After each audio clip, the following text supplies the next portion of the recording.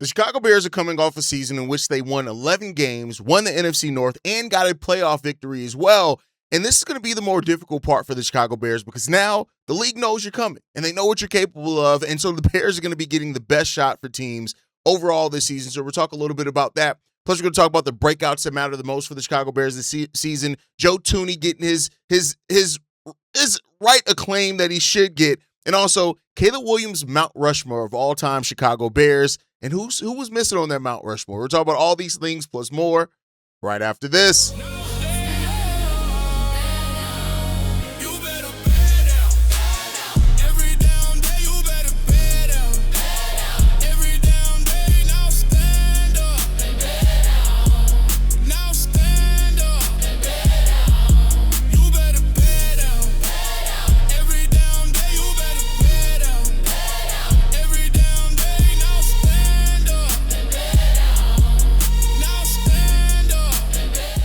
What's going on, Bears fans? Welcome to another episode of Chicago Bears Central, your number one spot for everything Chicago Bears related. I'm the host there, Haize, but more importantly, you guys can follow the channel at Chi Bears Central on every social media platform we happen to be on. With that said, let's go ahead and get into this content for today, y'all. So I want to start off with this one. So yesterday we talked about the three Chicago Bears that so far through the voting through coaches and NFL execs were ranked at the top 10 of their position on the offensive side of the ball. But Caleb Williams coming in the top 10 quarterback list at number 10.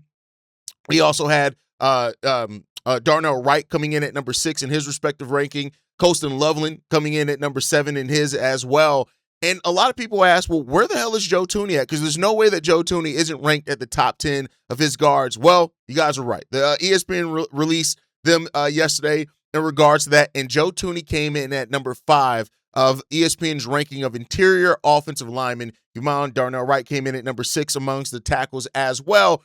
And Joe Thuney, listen, we all know what Joe Thuney's capable of. We know what and saw how he helped transform this line as well in regards to it. And this came in with ESPN as part of they released little blurbs around all this, and he said, however, Thuney was 4th highest rated guard in ESPN's interior lineman ranking. And it's not hard. It's hard to make a legit case that there are 3 guards better than him. He may have been demetered somewhat by those who were surveyed. However, Filmsley based on age. So listen, at the end of the day, like we know, Joe Thuney is one of the best in regards to it, right? Don't forget as well, like when you look at it, he was the NFL's Protective of the Year as well. And this is a guy that probably should be ranked number 1. If they're ranking him low based off age or anything else, so be it when it comes down to it. But, you know, one of the things in regards that was said about Joe Thuney is this. The most accomplished offensive lineman in the NFL. Joe Thuney earned first-team All-Pro honors for a 3rd consecutive season in 2025 while making his 4th consecutive Pro Bowl. A 3rd-round pick by the Patriots in 2016, Thuney spent 5 seasons with New England before leaving for 4 seasons with the Chiefs. Along the way, Thuney won 4 Super Bowl titles as he blocked for 2 future Hall of Fame quarterbacks in Tom Brady and Patrick Mahomes. Most recently, he joined the Bears in 2025 and helped them return to the playoffs for the first time in 5 years. In Chicago, Thuney was a pivotal part of the Bears' improvement offensively, and along that offensive line, he finished 2nd in pass block win rate and 3rd in run block win rate while blocking for an offense that finished 3rd in rushing yards and 4th in EPA per rush. As a result, Thuney was named to the NFL's inaugural Protector of the Year. So, hey, listen. When you look at it, Joe Thuney is amazing at what he does. And anybody who tries to tell you any differently about Joe Thuney is just blind to the fact. He is part of the reason why we were able to up. And like I said, a big part of me wanting the Chicago Bears to kind of find that next crop of offensive linemen and start getting, because I want whoever follows up Joe Thuney, I want them to have a year or 2 to be able to learn behind Joe Thuney. We already have Dan Rouchar here. I think when you look at what Joe Thuney's been able to accomplish in the NFL, he is one of the greats. I mean, that's just the reality of it. He is one of the greats. And so when you look at some of these guys like Luke Newman and other guys and Caden Barnett, I hope that these guys really are soaking up everything that they can learn from Joe Thuney as well, because this is a guy that's seen it. He's done it all. He's, like you said, he's protected for 2 Hall of Fame quarterbacks, maybe a 3rd one. Maybe we'll be adding a 3rd one in a decade plus to that, and say he also was there at the start of Caleb Williams' career. But overall, Joe Thuney definitely deserves it. So now the Chicago Bears have 4 players that rank at the top 10 of their respective position. Joe Thuney, Darnell Wright, Colston Loveland, and then you have, of course, Caleb Williams as well. So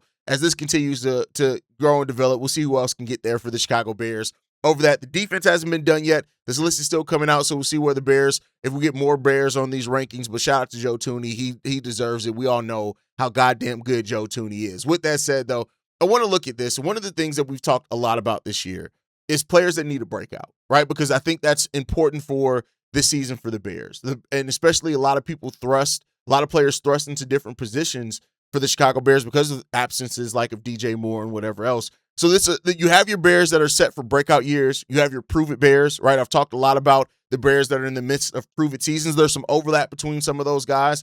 But I think let's talk about these guys that could break out, right? And the first two are the two that were really on that path last year. Colston Loveland and Luther Burden. These are two of the most important players to the Chicago Bears offense. I've already talked ad nauseum about Colston Loveland being his ability to be used in the slot, 12-man, 13-man personnel, all that type of stuff. You're talking about somebody who voted by NFL execs and coaches as already one of the top 10 tight ends in the game of football after a rookie year in which they were not in the game plan very much the first month and a half of their careers. So you talk about that, like there's no doubt that Colston Loveland is on the precipice of an absolute breakout. And many people have talked about this literally since the end of last season, right? He led the Bears in receptions and receiving yards, which already stands out again, especially because he wasn't in the game plan a lot initially to start off the season. You looked at how hot he finished the season and that playoff performance as well. And this is a guy that's probably going to be Caleb Williams' top target this year. And I've said it before, the red zone looks that we're going to be able to have with Colston Loveland, Sam Roush, Cole Kmet, any combination of those three guys out there with our running game as well as our wide receivers, the Bears better damn well have one of the best red zone offenses in the game of football next year. I think they have the capability of doing that. I think that Colston Loveland's path isn't just to become one of the best at his position, it's to become the best at his position currently in the NFL. Talk about all-time rankings, that type of stuff. You got a long way before we get to that. He has to have 5-6 years in the NFL before you really have that conversation. But I fully believe that Colston Loveland could be viewed as the best tight end in the game of football within the next 2 or 3 years. That's the path that Colston Loveland is on after year one. Now, one could say maybe that changes a little bit. Maybe he comes back down to earth a little bit in year two, right? We've seen it happen before. But from the schematic part of it and how Ben Johnson plans to use Colston Loveland to downright his skill, I just don't think that that's going to happen. So Colston Loveland's breakout is a huge part of this. And same thing with Luther Burden. With DJ Moore's absent, it opens up so much for Luther Burden and what the expectation of him coming into the season with. Ben Johnson already talked so highly about, it's time to buy stock in Luther Burden, stuff like that.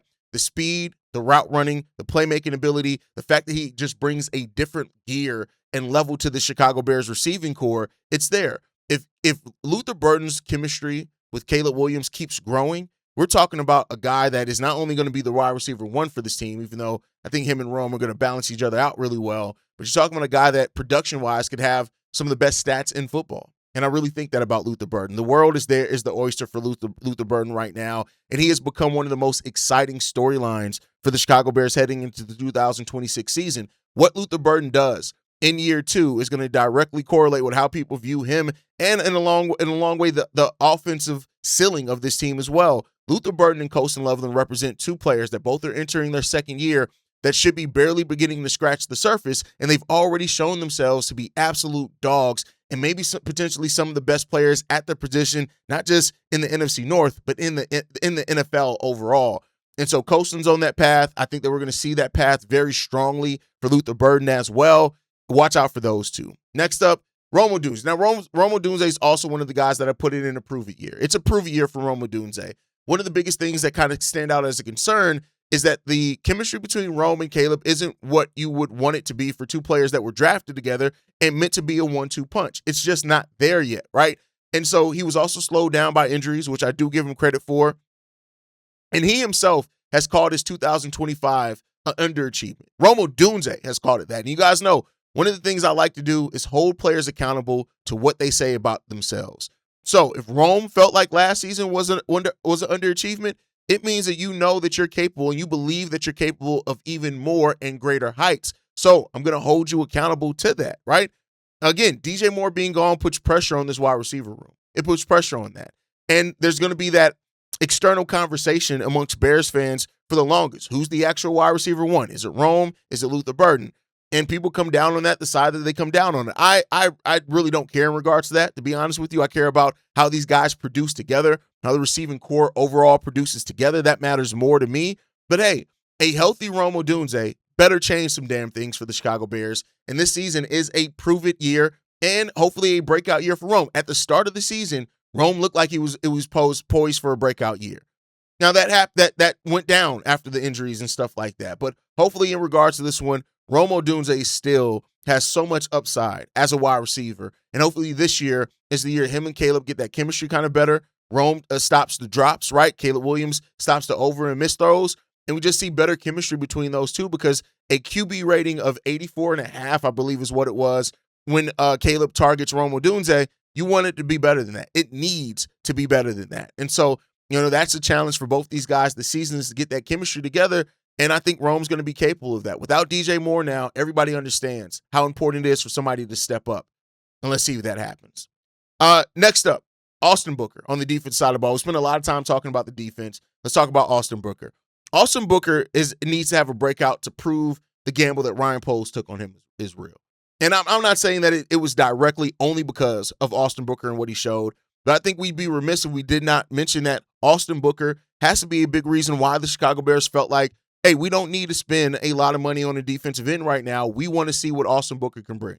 Because the last thing that you want is to spend a lot of money, and then Austin Booker looks like he's ready for a breakout and you didn't have to spend that, right? So if Austin Booker in year 3 proves that he can be a 3-down defensive end, because I don't think a lot of people play all 4 downs, but he can do that, and it can improve in the run game. We've seen what Austin Booker can do to disrupt backfields, to get to the quarterback, to put pressure on quarterbacks. We've seen that, right?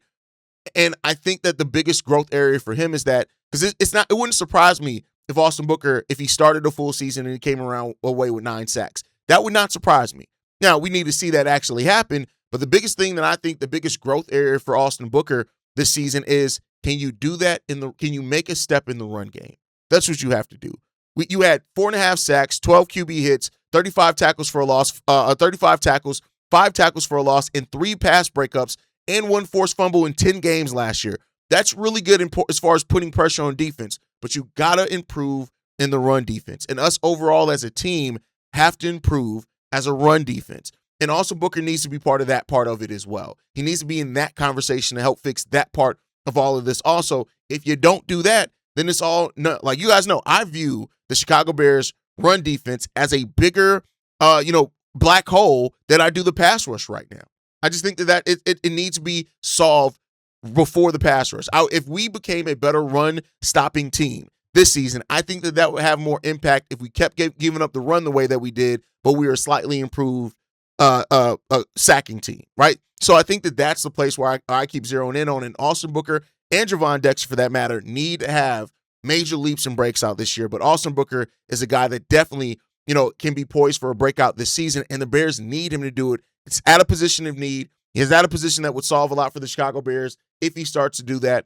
And let's just see. Let's see what the Bears do in regards to that. I have some hope for Austin Booker. I think that the guy's a dog. And I think at bare minimum, the thing that you can walk away from this season is like, all right, Austin Booker is our swing defensive end. He's our swing end. He's going to come in there. He's going to be able to back up either of our ends. He's going to still play a lot of snaps, and he's still going to rack up about 8 sacks. Like, that's where you can walk away from this season with at the worst. But at best, you can walk away feeling like you have your defensive end of the future and of now, and hopefully that's there.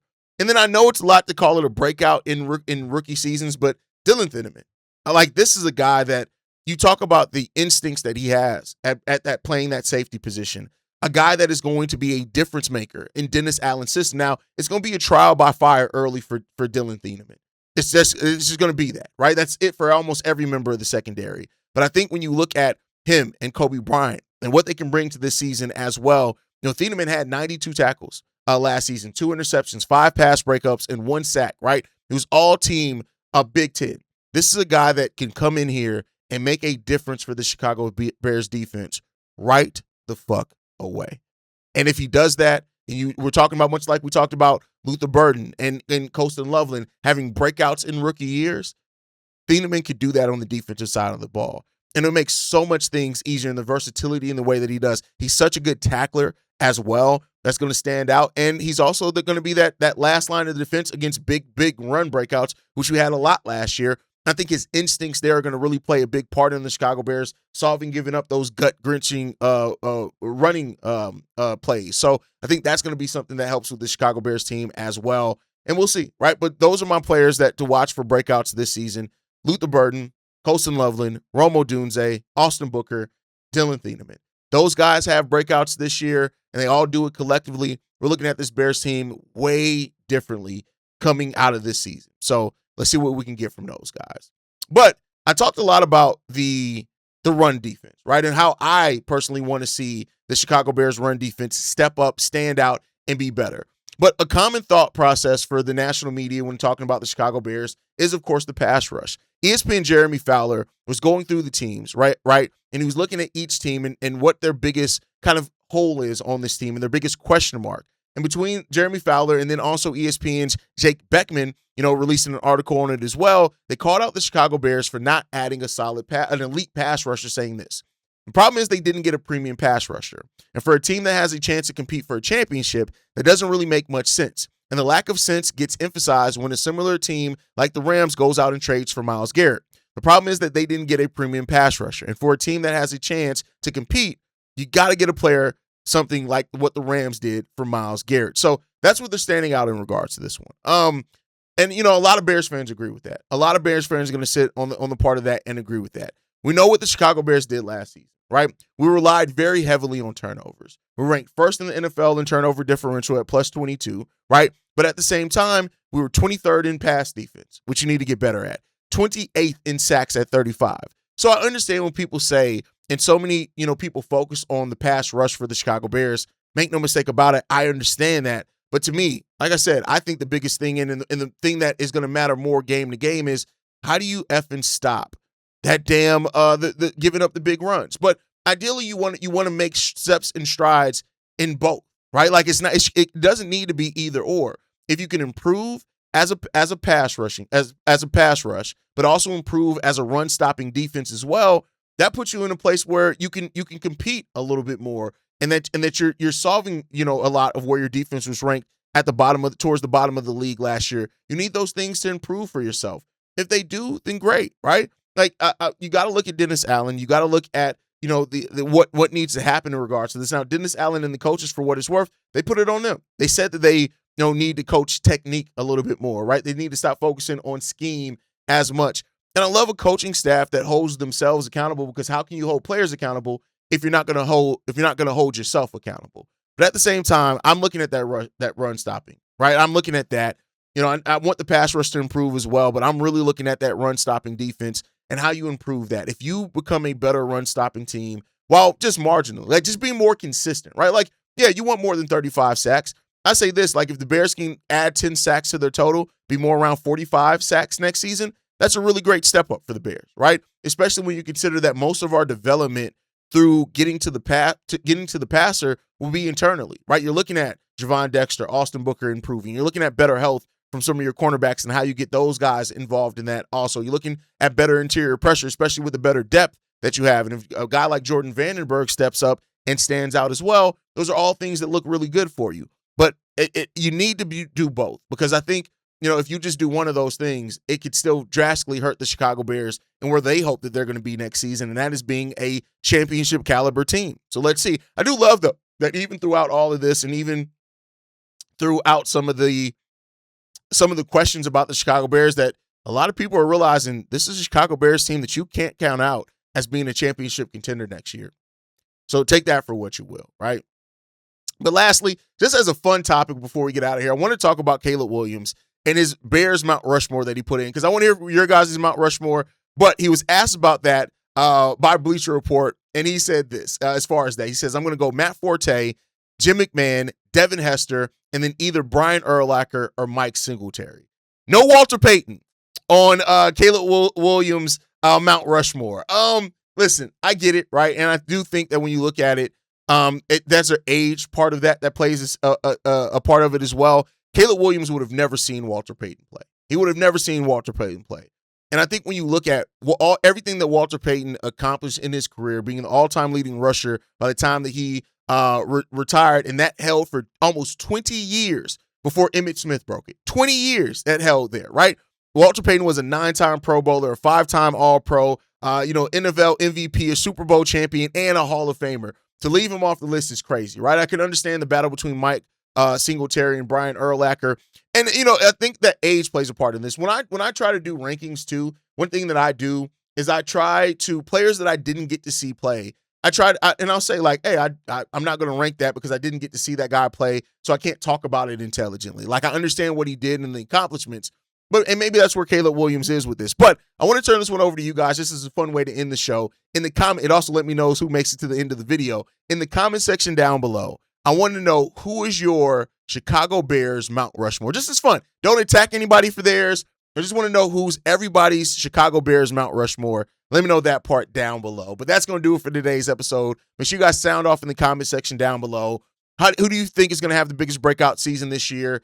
What do you think about the Bears between improving the pass rush or the run defense? Which one do you think is more important to improve? Let me know that down below as well. Sound off in that comment section. Make sure you guys like the video, subscribe to the channel, hit that notification bell so you never miss an episode or an upload. You can follow us at Shy Bear Central on every social media platform. You can send us any feedback, questions, comments, concerns. ChicagoBearCentral@gmail.com. And lastly, if you want to leave a text message and our voicemail for the mailbag, the number to do so, 773-242-9336. We are the #1 spot for everything Chicago Bears related, but that is thanks to you, lovely and beautiful people. And like I like to end every episode on, Chi-Town up, but Bear down. Love you guys. Peace, y'all. This has been a presentation of the Break Media.